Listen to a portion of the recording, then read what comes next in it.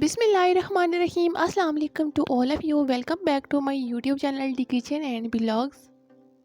امید ہے کہ آپ سب خیریت سے ہوں گے اور اللہ پاک ہم سب کو اپنی حفظ و امان میں رکھے۔ ویڈیو سٹارٹ کرنے سے پہلے آپ سے یہی ریکویسٹ ہے کہ ویڈیو کو اینڈ تک ضرور واچ کرنا، اور اگر آپ میرے چینل پر نیو ہیں تو چینل کو سبسکرائب کر کے بیل کے آئیکن کو ضرور پریس کریں تاکہ میری ہر نیو ویڈیو آپ تک بآسانی پہنچ سکے۔ عالمی بینک کے اعداد و شمار کے مطابق پاکستان کی 60% آبادی دیہات میں رہتی ہے۔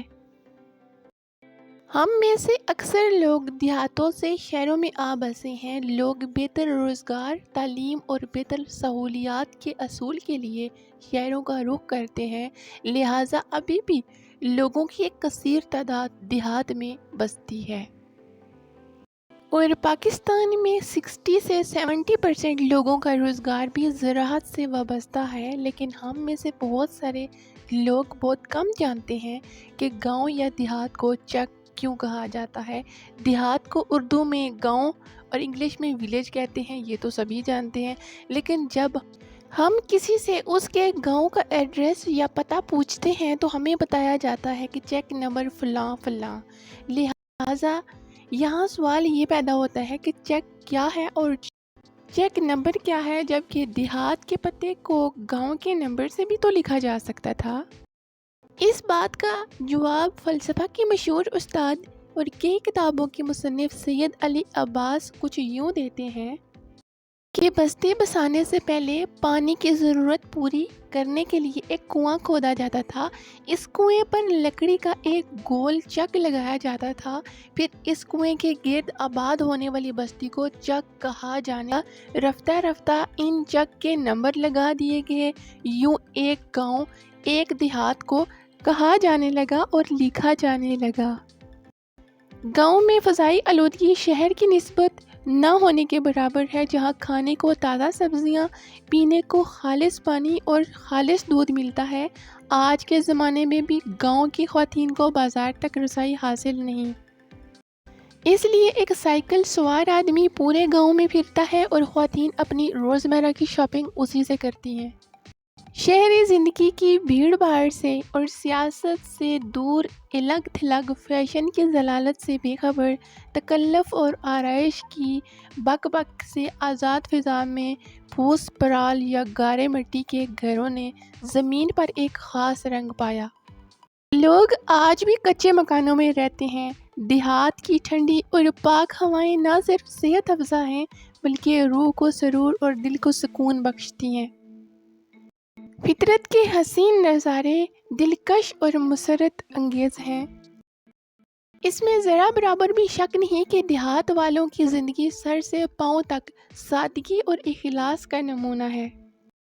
سادگی میں عورتیں بھی کسی سے کم نہیں، چادر کو سر سے پھسلنے نہیں دیتی اور عصمت کا نور ہیں۔ دیہاتوں کی صحت بھی قابل رشک ہے۔ کام کی کثرت، زندگی کی سادگی اور آب و ہوا کی پاکیزگی۔ گاؤں کے رہنے والے ہمدردی کے پتلے ہوتے ہیں۔ غریب مسکین ان کے دروازے سے خالی نہیں جاتا۔ مہمان آئے تو خدا کی برکت کا خیال کرتے ہیں اور اس کی خاطر تواضع میں کوئی کمی نہیں چھوڑتے۔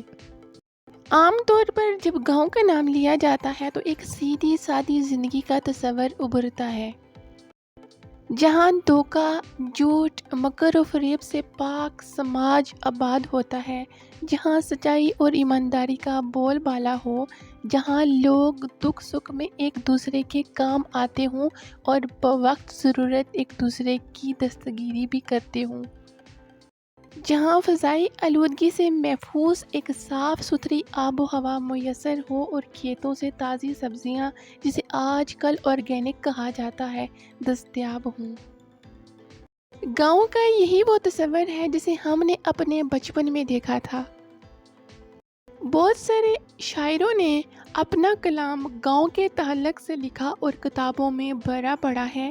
گاؤں کا مطلب ہی ایک جنت نظیر ماحول کا تصور ہے۔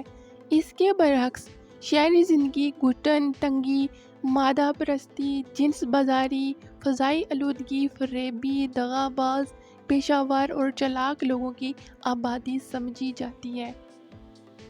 پہلے زمانے میں گاؤں کے لوگ صرف تعلیم اور علاج کے لیے شہروں کا رخ کیا کرتے تھے، لیکن رہائش کے لیے گاؤں کو ہی ترجیح دیا کرتے تھے۔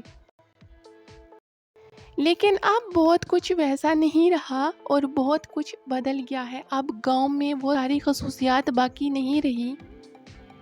جدید دور کی ہوا دیہات میں بھی پہنچ رہی ہے، شہروں کے فیشن اور تکلفات وہاں بھی پہنچ رہے ہیں۔